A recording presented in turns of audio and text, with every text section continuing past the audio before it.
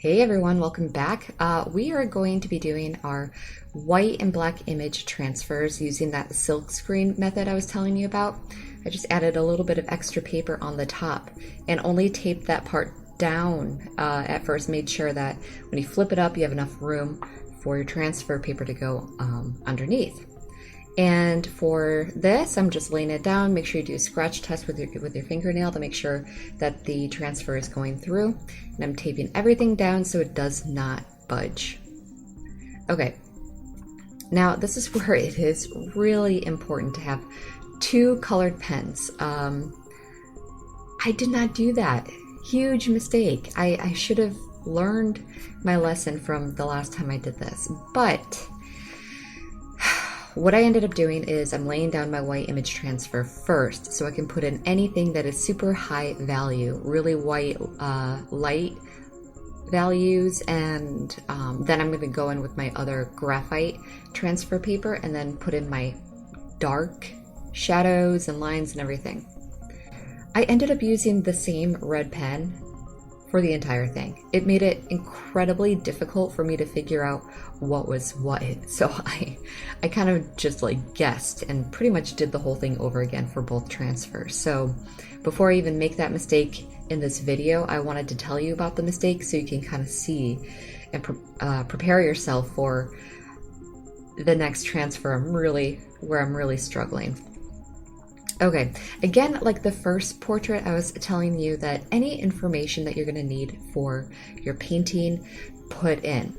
Also, if you think your drawing skill or your painting skills are not that advanced or that experienced, but you still want to give it a shot, you can definitely do a very detailed drawing with your transfer and make sure that you glaze down your paint really thin so that any paint that you do lay down will still show your drawing underneath with the transfer.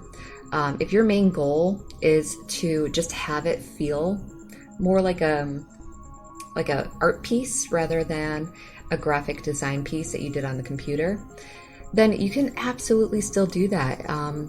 Just, you know, figure out where your skills are and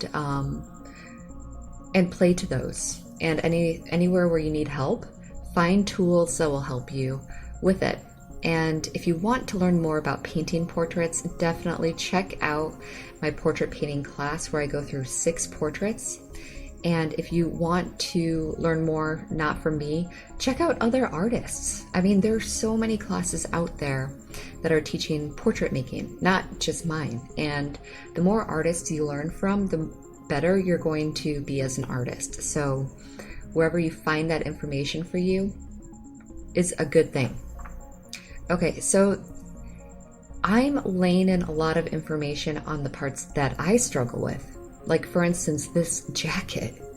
I have a very hard time with the folds of clothing sometimes. Either I make them a little bit, like the gradient a little bit too wide and less tight, and sometimes I don't make my contrasts as like high as I need them to be. I make them more like in the medium range, and because of that, sometimes it doesn't look like fabric. And I think I've come a long way. I think at this point in time I've pretty much figured it out, but knowing where my weaknesses are, I'm still going to lay in a ton of information anywhere that there is fabric, just so when I'm tired and painting, I don't accidentally make a silly mistake. All right, now this is one of the benefits of having it taped at the top. So I'm checking my work underneath, knowing that the transfer is not going to move anywhere. And that is it. Make sure you spray your transfer with a spray fixative, and we're moving on to the next one. And as you can see, the reference photo is still in place where I want it to be. And moving on. This is where I should have switched to like a blue pen or a different color. It would have just made this part so much easier for myself. Like, what I end up doing too is like the whole reference photo starts to look like a red, creepy, like vampire thing. But it's okay. The only person who needs this information is me for this painting. I mean, obviously, you guys as well, but if you weren't here taking this class, the only person who would need this information is me.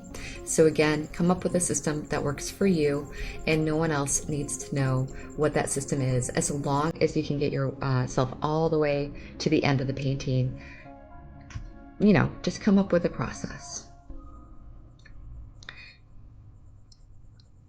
Now I'm finding my darkest values, and I like to do the white transfer first because it's it makes more sense in the layering process to have the lights down first, and then any of your dark lines will come on top of it and kind of refine the drawing.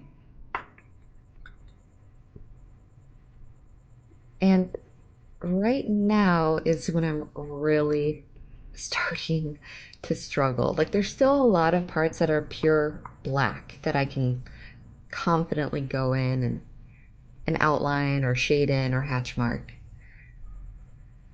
But pretty soon you'll start to notice that I have to flip up a lot to see what I did do and what I didn't do.